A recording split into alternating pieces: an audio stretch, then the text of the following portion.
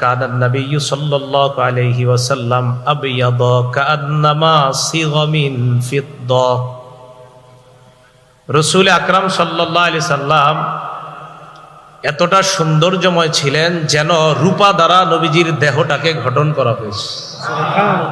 কি দ্বারা? রূপা। মা বোনদের পেটে যখন সন্তান থাকবে নবীজিকে নিয়ে ভাববে, সিনেমা নাটক না দেখে। নবীজিকে যেন রূপা দ্বারা তার দেহটাকে সাজানো হয়েছে। এক নাম্বার, নবীজির মাথা মুবারক। তিরমিজি শরীফের 3637 নাম্বার হাদিস, 3637 আর কি, 3637। কানান নবিয়্যু সাল্লাল্লাহু আলাইহি ওয়াসাল্লাম দখমার রাসি। নবীজি সাল্লাল্লাহু আলাইহি সাল্লামের মাথাটা তুলনামূলক একটু বড় ছিল, একদম ছোট ছিল না, দেখতে খুব চমৎকার ছিল। এমন ভাবে আল্লাহ তার মাথাটাকে সাজিয়েছে। দ্বিতীয়, মাথার মধ্যে চুল কেমন ছিল? একটা কিতাব আছে, নাম জাওয়াইদুল মুসনাদ, 944 নাম্বার হাদিস। এই হাদিসের মধ্যে আসছে, কানা রাসূলুল্লাহ সাল্লাল্লাহু আলাইহি ওয়াসাল্লাম কাসীরা শা'রির রাসি। নবীজি সাল্লাল্লাহু আলাইহি সাল্লামের মাথার চুলগুলো অধিক ঘন ছিল, চুলগুলো ঘন ছিল। 3 নাম্বার, চুলগুলা দেখতে কেমন ছিল? মুসলিম শরীফের 2347 নাম্বার হাদিস, আমাদের মাদ্রাসার পাঠ্যপুস্তক অনুযায়ী। লা বিল জাদিল কাতিতি, নবীজির চুল মোবারক একবারে কোকড়ানো ছিল না। ওয়ালা বিসাবতি, একদম লম্বাও ছিল না। নবীজির চুল মোবারক কোকড়ানো ছিল না, লম্বাও ছিল না। তাহলে কেমন ছিল? আল জামিউস সগীর 6452 নাম্বার হাদিসে আসছে, কানা রাসূলুল্লাহ সাল্লাল্লাহু আলাইহি ওয়াসাল্লাম রাজিলাশ শা'রি। নবীজির চুল মোবারক গুলো এমন সুন্দর ছিল, হালকা ঢেউ খেলতো মাথার মধ্যে চুলগুলো। এই চুলের মধ্যে স্মৃতি হতো কিভাবে? নবীজি নিজে কাটতে চাইতেন না, স্মৃতি হয়ে গেলে নবীজি স্মৃতি কাটতেন। এটাও আল জামিউস সগীর হাদিস নাম্বার 6475 নাম্বার হাদিস। ইনিন ফারাকাত আকিকাতুহু ফারাকা, চুলগুলা যদি এমনি এমনি স্মৃতি কাটতো, ফারাকা, তাহলে নবীজি স্মৃতি কাটতেন চুলের মধ্যে মাছ থেকে। ওয়া ইল্লা ফালা, অন্যথায় স্মৃতি কাটতেন না, অন্যথায় স্মৃতি কাটতেন না, না হয় স্মৃতি কাটতেন নবী সাল্লাল্লাহু আলাইহি সাল্লাম। মুসলিম শরীফের 2344 নাম্বার হাদিসের মধ্যে আসছে, নবীজি সাল্লাল্লাহু আলাইহি সাল্লামের সামনের চুল মোবারক এবং সামনের 2-1টা দাড়ির ব্যাপারে আসছে। কদ শামিতা রাসূলুল্লাহ সাল্লাল্লাহু আলাইহি ওয়াসাল্লাম, কদ শামিতা মুকদ্দামু রাসি রাসূলুল্লাহ সাল্লাল্লাহু আলাইহি ওয়াসাল্লাম ওয়া লিহিয়াতি। আল্লাহর নবীর চুল মোবারকের সামনে এবং দাড়ির সামনের কিছু পাকা ছিল, সামনে এবং দাড়ির কিছু পাকা ছিল। মোট 18টা, কয়টা? 17 বা 18টার মতো। এখন এই চুলগুলা যে পাকা ছিল, সব সময় বোঝা যাইতো না যে চুল এরকম পাকা ছিল। তাহলে বোঝা যাইতো কিভাবে? হাদিসের মধ্যে আসছে, কানা ইদা দাহনা লাম ইয়াতাবায়্যান, নবীজি যখন তেল ব্যবহার করতেন তখন সাদা চুলগুলা দেখা যাইতো না। তেল দিলে তখন আর সাদা চুল দেখা যাইতো না। ওয়া ইদা কানা শাইসা রাসুহু, চুলগুলা যখন অগোছালো হতো, তাবায়্যানা, তখন সামনের এবং দাড়ি সাদা, এইগুলা স্পষ্ট হয়ে যাইতো। তো বেশি ছিল না। নবীজি সাল্লাল্লাহু আলাইহি সাল্লামের ইন্তেকাল পর্যন্ত অনেকের অভিমত 18টা সাদা, তার 63 বছরে মাত্র 18টা। তো রাসূল আকরাম সাল্লাল্লাহু আলাইহি সাল্লামের চুল মোবারক সামনে যদি তেল দিয়ে রাখতো তাহলে বোঝা যাইতো না সাদা। আর যদি তেল ছাড়া অনেক সময় দেখা যেত চুল যদি অগোছালো হইতো, আশ্রাইতো না, যদি এমন হইতো যে চুল কোনো কারণে সামনে আসছে, তখন বোঝা যাইতো যে 2-1টা পাকা আছে। এই হলো নবীজির চুলের অবস্থা। 4 নাম্বার, নবীজি সাল্লাল্লাহু আলাইহি সাল্লামের চুল কতটুকু রাখতেন? 3টা কথা মনে রাখবেন। 1 নাম্বার ওয়াফরা, 2 নাম্বার লিম্মা, 3 নাম্বার জুম্মাহ। ওয়াফরা বলা হয় 2 কানের অর্ধেক পর্যন্ত চুলকে বলা হয় ওয়াফরা। দুই কান এবং দুই কাঁধের মাঝামাঝি পর্যন্ত চুলকে বলা হয় লিম্মাহ। কাঁধ পর্যন্ত প্রলম্বিত চুলকে বলা হয় জুম্মাহ। 1 নাম্বার ওয়াফরাহ, মুসলিম শরীফের হাদিস 2338 নাম্বার হাদিস, 2338 নাম্বার হাদিস। এই হাদিসের মধ্যে আসছে কানা শারু রাসূলিল্লাহি সাল্লাল্লাহু আলাইহি ওয়াসাল্লাম ইলা আনসাফি উযুনাইহি। রাসূল আকরাম সাল্লাল্লাহু আলাইহি সাল্লামের চুল মুবারক ছিল 2 কানের অর্ধেক পর্যন্ত, এটাকে বলা হয় ওয়াফরাহ। বুখারী শরীফের বর্ণনা 5905 নাম্বার হাদিস। এই হাদিসের মধ্যে আসছে কানা শারু রাসূলিল্লাহি সাল্লাল্লাহু আলাইহি ওয়াসাল্লাম বাইনা উযুনাইহি ওয়া কাতিফি। নবীজি সাল্লাল্লাহু আলাইহি ওয়াসাল্লামের চুল মুবারক 2 কান এবং 2 কাঁধের মাঝামাঝি পর্যন্ত ছিল, এটাকে বলা হয় লিম্মা। কানের অর্ধেক পর্যন্ত এটাকে বলা হয় ওয়াফরাহ। 2 কান এবং 2 কাঁধের মাঝামাঝি পর্যন্ত এটাকে বলা হয় লিম্মা। সহিহ বুখারীর বর্ণনা 5904 নাম্বার হাদিসের মধ্যে আসছে কানা ইয়াদরিবু শারু রাসূলিল্লাহি সাল্লাল্লাহু আলাইহি ওয়াসাল্লাম মানকাবাই। কখনো কখনো আল্লাহর নবীর চুল মুবারক কাঁধ পর্যন্ত চলে যেত, এটাকে বলা হয় জুম্মা। তাহলে সবচেয়ে বড়টাকে জুম্মা, এরপরে যেটা একটু ছোট এটাকে বলা হয় লিম্মা, এরপরে একটু ছোট এটাকে বলা হয় ওয়াফরাহ। এই ছিল রাসূল সাল্লাল্লাহু আলাইহি সাল্লামের চুল মুবারকের অবস্থা। 5 নাম্বার আলোচনা, রাসূল আকরাম সাল্লাল্লাহু আলাইহি সাল্লামের চেহারা মুবারক কেমন ছিল। সহিহ বুখারী হাদিস নাম্বার 3549 নাম্বার হাদিস। এই হাদিসের মধ্যে আসছে কানা রাসূলুল্লাহি সাল্লাল্লাহু আলাইহি ওয়াসাল্লাম আহসানান নাসি ওয়াজহা। দুনিয়ার মধ্যে যত মানুষ আল্লাহ বানিয়েছেন সমস্ত মানুষের মধ্যে আমার নবীর চেহারা মুবারকটা আল্লাহ সবচাইতে সুন্দর বানিয়েছেন। চেহারা মুবারক সবচেয়ে সুন্দর, রাসূল আকরাম সাল্লাল্লাহু আলাইহি সাল্লামের চেহারাটা আল্লাহ এত সুন্দর বানাইছেন। বিসমিল্লাহ। এই চেহারা মুবারকটা কত সুন্দর ছিল আর একটা বর্ণনা আমরা দেখি, এটা শুনলে আমরা বুঝতে পারবো। তিরমিজি শরীফ হাদিস নাম্বার 3638 নাম্বার হাদিস, 3638। লাম ইয়াকুন বিল মুকালসাম, নবীজি সাল্লাল্লাহু আলাইহি ওয়াসাল্লামের চেহারা মুবারকটা একদম গোল ছিল না, একদম গোল ছিল না। কানা ফিল ওয়াজহি তাদবীরুন আবিয়াদ মুশরাবুন, চেহারাটা হালকা গোলের দিকেও ছিল, তবে পুরাপুরি গোল ছিল না, একদম গোল ছিল না, বাকি অনেকটা গোলাকৃতির কিন্তু পুরাপুরি না। তো মা বোনদের যখন সন্তান সম্ভব হবে ওনাদেরকে বলবেন নবীজিকে এইভাবে কল্পনা করতে। তো রাসূল আকরাম সাল্লাল্লাহু আলাইহি সাল্লামের চেহারা মুবারক একবারে গোল ছিল না, অনেকটা গোলাকৃতির, এমন একটা ভাব নবীজির চেহারা মুবারকের মধ্যে ছিল। মুসলিম শরীফ 2344 নাম্বার হাদিস। এই হাদিসের মধ্যে আসছে এক ব্যক্তি প্রশ্ন করলেন ওয়াজহুহু মিসলুস সাইফ, আল্লাহর নবীর চেহারা মুবারক কি তরবারির মতো সুন্দর ছিল? ধারালো তরবারি বড় চমৎকার বানাইলে এই তরবারির মতো সুন্দর ছিল কিনা আল্লাহর নবীর চেহারা মুবারক? এক ব্যক্তি প্রশ্ন করলেন, সাহাবা জবাব দিলেন লা বাল কানা মিসলা শামসি ওয়াল কমার, আল্লাহর নবীর চেহারা মুবারক আকাশের চন্দ্র এবং সূর্যের মতো উজ্জ্বল ছিল। তাহলে তরবারির মতো না, বরং চন্দ্র এবং সূর্যের মতো উজ্জ্বল ছিল। তিরমিজি শরীফের 2811 নাম্বার হাদিস। এই হাদিসটা মনে রাখবেন, জাবির ইবনে সামুরা রাদিয়াল্লাহু তাআলা আনহুর বর্ণনা। নবীজির সাহাবা, তিনি বলেন রাআইতু রাসূলুল্লাহি সাল্লাল্লাহু আলাইহি ওয়াসাল্লাম, আমি আল্লাহ নবীর চেহারা মুবারকের দিকে তাকাইলাম, নবীর দিকে তাকাইলাম, তাকানোর পর ফাজালতু আনজুরু ইলা রাসূলিল্লাহি ওয়া ইলাল কমার, আমি আল্লাহ নবীর দিকে একবার তাকাই, আবার আকাশের চাঁদের দিকে তাকাইতে লাগলাম। জাবির ইবনে সামুরা বলেন ওয়াল্লাহি হুয়া আহসানু ইনদি মিনাল কমার, আল্লাহর কসম আল্লাহ নবীকে আমার কাছে চন্দ্রের চাইতে সুন্দর মনে হয়েছে।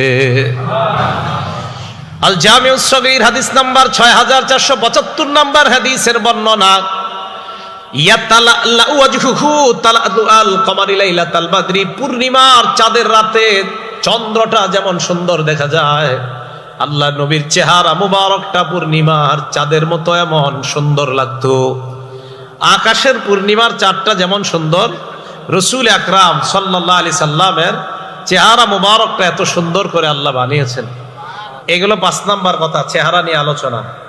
6 নাম্বার, রসুল আকরাম সাল্লাল্লাহু আলাইহি সাল্লামের কপাল কেমন ছিল?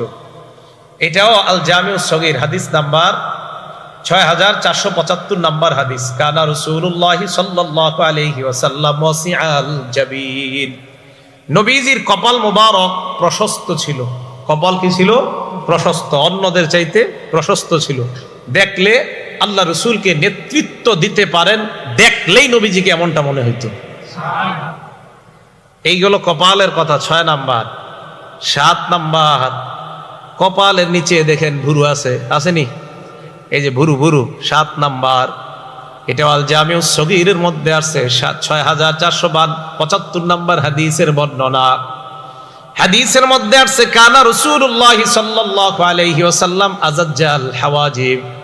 আল্লাহ নবীর ভুরু মুবারক গুলা ছিল ঘন, সরু ছিল।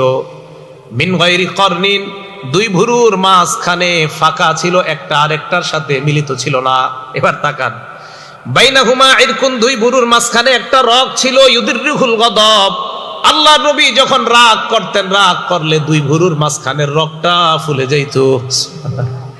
আল্লাহ জানে কেমন দেখা যাইতো। যদি স্বপ্নে কেউ দেখেন জানায় দেন আমারে, হ্যাঁ, যে নবীজিরে হুজুর স্বপ্নে দেখছি রাগ হয়েছে নবীজি, তো নবীজির 2 ভুরুর মাঝখানে একটা রগ ছিল, এই রগটা নবীজির রাগ ফুলাইয়া দিত।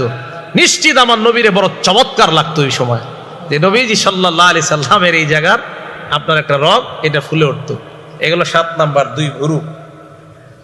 8 নাম্বার, নবীজি সাল্লাল্লাহু আলাইহি সাল্লামের চোখ মুবারক দেখেন, এই চোখ। এটাও আল জামিউস সগীরের মধ্যে ইমাম সুয়ুতি রহমতুল্লাহি আলাইহি আনছেন, 6475 নাম্বার হাদিসের মধ্যে আনছেন। তিনি বলেন রসুল আকরাম সাল্লাল্লাহু আলাইহি সাল্লামের এই চোখ মুবারকের বর্ণনা উনি এইভাবে দিলেন, আশকালাল আইনাইন।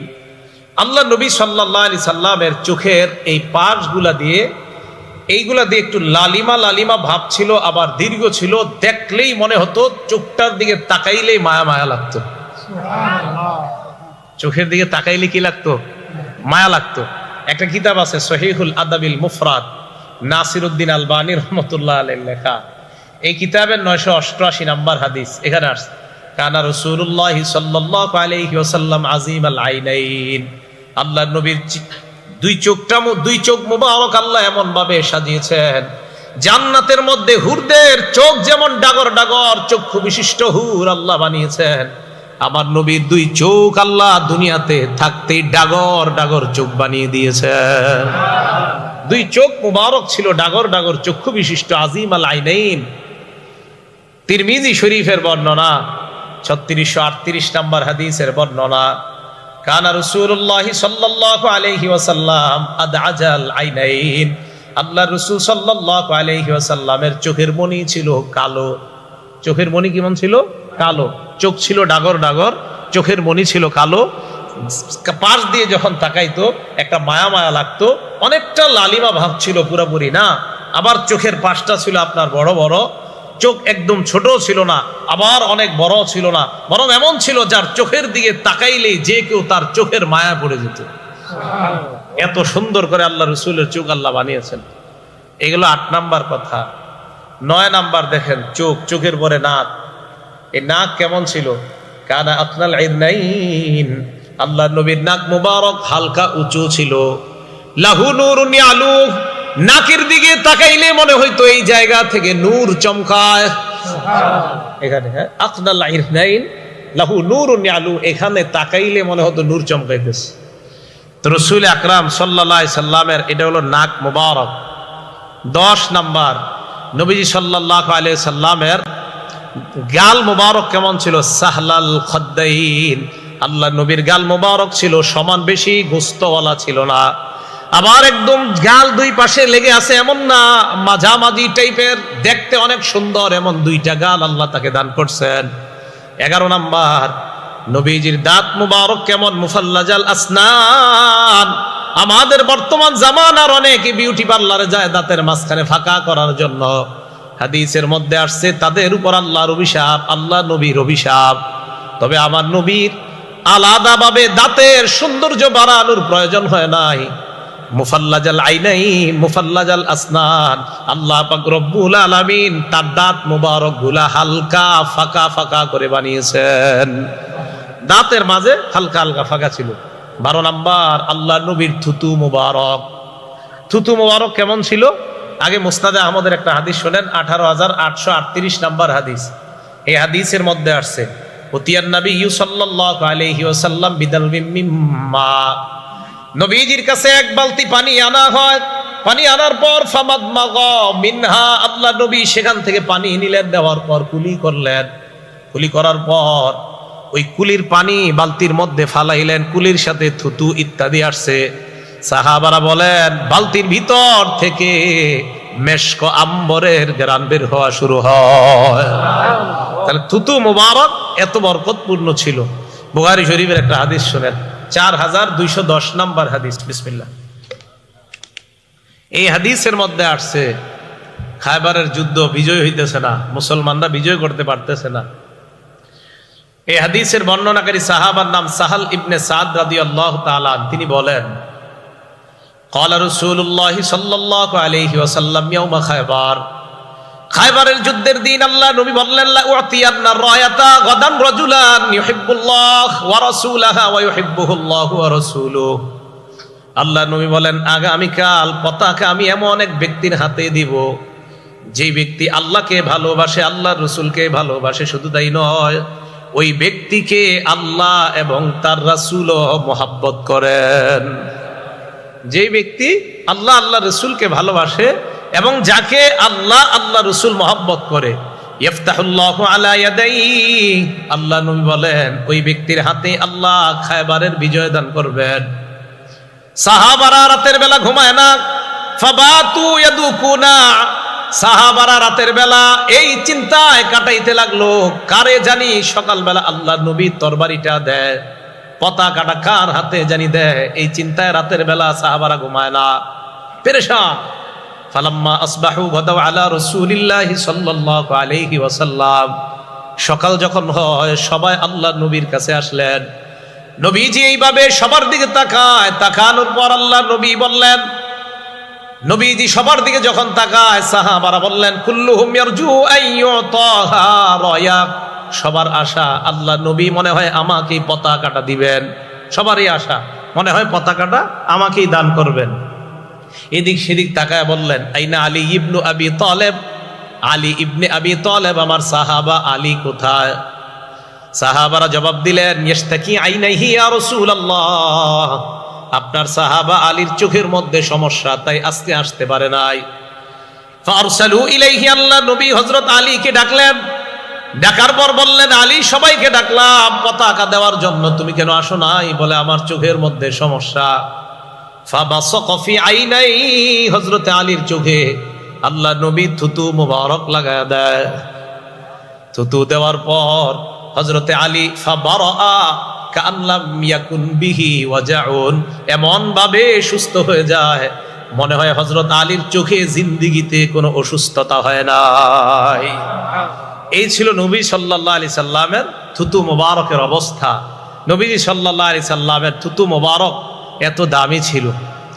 13 নাম্বার, রাসূল আকরাম সাল্লাল্লাহু আলাইহি সাল্লামের দাড়ি মুবারক। কানা রাসূলুল্লাহ সাল্লাল্লাহু আলাইহি ওয়াসাল্লাম কাসাল লিহিয়া, নবীর দাড়ি মুবারক ছিল ঘন। বলেন তো দাড়ি মুবারক কেমন ছিল? ঘন। এটা আল জামিউস সগীরের হাদিস, 6475 নাম্বার হাদিসের বর্ণনা। 14 নাম্বার, রাসূল আকরাম সাল্লাল্লাহু আলাইহি সাল্লামের এই কাঁধ মুবারক, এই যে কাঁধ মুবারক কেমন ছিল? নবীজি সাল্লাল্লাহু আলাইহি সাল্লামের কাঁধ মুবারক, এটা আল জামিউস সগীরের মধ্যে আসছে। দেখেন কি কয়, আমার নবীর কাঁধ মুবারক এত সুন্দর, কান্না উনুকাহু, গর্দান মুবারক এত সুন্দর, কান্না উনুকাহু জিদু দুমিয়াতিন ফি সাফাইল ফিদ্দা। হাদিসের মধ্যে আসছে নবীর গর্দান মুবারক এত সুন্দর, মণি মুক্তা রূপার একটা প্লেটের মধ্যে রাখলে যেমন চকচক করে, আমার নবীর গর্দান মুবারকটা আল্লাহ এমন ভাবে সাজিয়ে দিয়েছেন। এটা হলো গর্দান মুবারকের অবস্থা।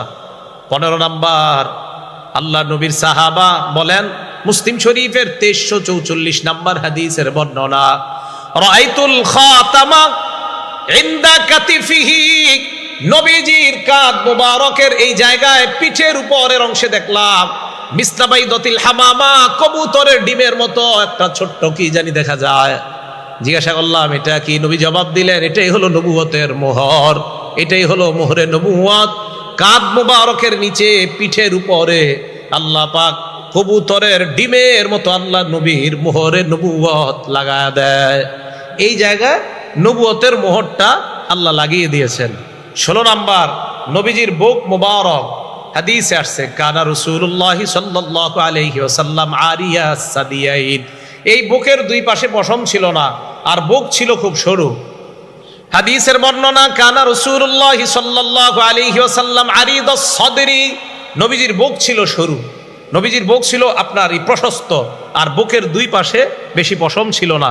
এবার দেখেন 17 নাম্বার, এই জায়গা থেকে এই জায়গা পর্যন্ত দাকিকাল মাসরুবা, আল্লাহর নবীর বুক থেকে নাভি পর্যন্ত মনে হয় খেজুর গাছের মতো ছোট্ট করে পশমের একটা রেখা দেখা যায়। এখান থেকে এই পর্যন্ত উপরে তেমন পশম ছিল না এই দুই বুকের এই দিক দিয়া। আর পেট কেমন ছিল? পেট এটা আল জামিউ সগীরের মধ্যে আসছে 6475, এটা 52 না 75 নাম্বার হাদিসে আসছে। পেটের ব্যাপারে আসছে সাওয়া আল বাতনি ওয়াস সদরি, পেট এবং বুক ছিল সমান সমান, আমগো মতো পেট বড় হয় নাই। হ্যাঁ, পেট আর বুক ছিল সমান সমান। হ্যাঁ, আপনারা জিমে যান না, আমার নবীরে ফলো করেন, জিমেও যাওয়া লাগবে না। এশার নামাজের আগে খানা খান, খানা খাওয়ার পর এশার নামাজ পড়েন, 2 রাকাত সুন্নত পড়েন, 3 রাকাত বিতির পড়েন, আরো 8 রাকাত পড়েন। নবী সারা বছর 8 রাকাত তাহাজ্জুদ পড়তেন। এই 8 রাকাত পড়ার পর আপনি ঘুমায়া যান, আপনার পেট জীবনও বাড়বে না। আপনি তো খান রাত 11টায়, খাইয়ে বাস পেট তো আপনারই বাড়বে। এই জন্য রসুল আকরাম সাল্লাল্লাহু আলাইহি সাল্লামের সাওয়া আল বাতনি ওয়াস সদরি, নবী সাল্লাল্লাহু আলাইহি সাল্লামের পেট এবং বুক মুবারক সমান ছিল, নবীজির পেট ভাড়া ছিল না। কত সুন্দর যেন ছিল আল্লাহ রসুল সাল্লাল্লাহু আলাইহি সাল্লাম।